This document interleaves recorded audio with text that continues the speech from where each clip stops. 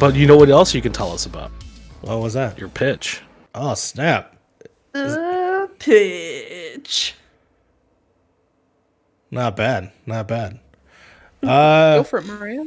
Okay. So for this week, I have been bestowed the option. I actually requested if I could do it because over my 1 week period of playing the Series S, I got to play a couple of indie games. I got to play Outriders. I got to play some other cool stuff. But something stuck with me, and I've had my eye on it for a while because I heard that it was a romantic game that is set in space and Ooh. plays like a Tony Hawk game. Now, Tony Hawk in a sense of movement, not in sense of, tricks and stuff like that.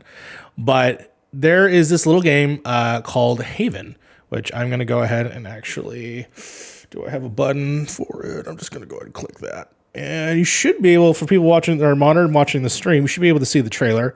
I even included the subtitles if you want to read that.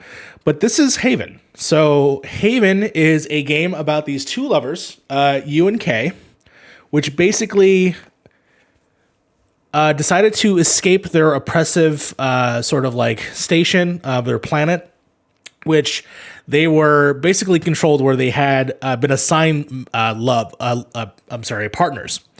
But they fell in love in the meanwhile and decided to escape because they were just tired of, the oppressive nature of their planet.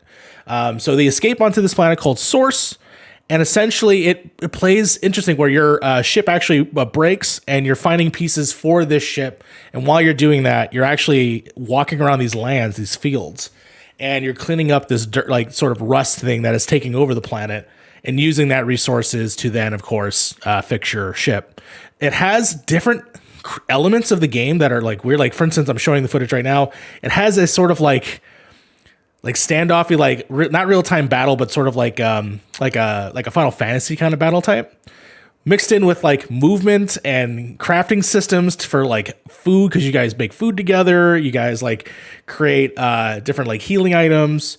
And you basically just travel around these giant open areas and that are beautiful and lush and filled with like green textures. And there's other areas too that I'm not going to spoil. And you basically have this interaction with each other every night.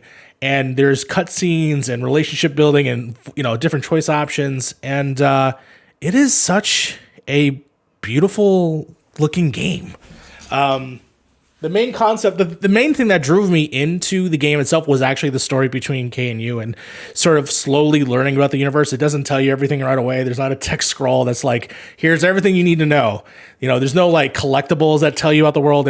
You're learning through the dialogue between these two characters and what their backstories are, while filling in what kind of universe that they live in. And it's super interesting and super honest. And the relationship part is by far my favorite. I'm a huge fan of a series of movies called the Before Trilogy: Before Sunrise, Before Sunset, Before Midnight. They're basically just two movies about people talking. That's literally the whole movie. They just talk the entire time. This has those elements of these two people asking each other questions, prodding about each other's lives, getting to know each other, learning about who they were matched with originally. What I also love about this game specifically is that it has real moments between intimate couples.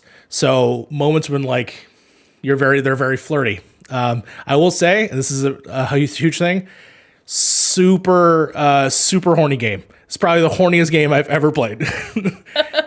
but has no swearing in it. It has no swearing in it. All the swearing is like space language, but has like scenes that of just like them talking to each other, and it's great. It actually doesn't feel forced. It actually feels natural for anyone who I feel like has been in a sort of like long-standing relationship. The other fun thing is that the actual loading screens between saving progress, there's sort of these still images, and the still images are just moments in a relationship. Like someone's crying, so the other one's comforting the other person. One's like doing something silly, and the other one's laughing. There's a great one where she's wearing a what is the thing with the cooking? An apron. but she's not wearing anything else, and it's just him going like that. Super anime as well in terms of those little cutscenes. When you're finding the ship parts, there's like a cute little anime cutscene, which is nice. You meet creatures along the way, so there's cute, cuddable people that you can find. Like there's someone named Oink and Burple and some other stuff. So ton of fun. I will say, after maybe 5 or so hours, you do start getting the sort of repetitiveness of the game in terms of like the traversal is the same. You know, it's still the flowy bits. It's the grinding, like glowing, flying thing for majority of the game. I will say that the combat at the end of the day is anywhere near Final Fantasy or any other, game at all. It really is just sort of a means to an end to get onto something. But I was just compelled by the actual relationship and where it was going to go and how we were going to proceed, and if there was danger involved. And it goes places. It goes places between the relationship. There's some fun things that are just sprinkled throughout that are just like little real honest depictions of things, especially if you're a Persona person, and those like little like relationship scenes, that's definitely a part of this game. So I wanted to pitch this game specifically. I looked up the company. I totally forgot. But the reason why I bring it up is because it is available right now on Game Pass. It is available on PC, Xbox One, and Series S and X. So if you are interested at all at checking this out, you have the ability to do so pretty much anywhere, which is really nice. And it's also in game xCloud as well. Super casual. You can put in from what you want. Like I said, the game is literally just you're collecting pieces to fix your ship. But after that, what ends up leaving an imprint is the story. And it made me excited to see what they do coming forward. The additional last thing that I'll just bring up is the fact that it's Xbox optimized, and it's gorgeous. It's HDR. It's 60 frames per second. It's super flowy and beautiful, and the grass looks amazing. There's a lot of stuff that I can praise about the game that I really enjoyed. And this came out last year. I feel bad because I really wish I got a chance to play it last year. It would have definitely been either in my top 10 or at least in the honorable mentions. So definitely check out Haven. Nice.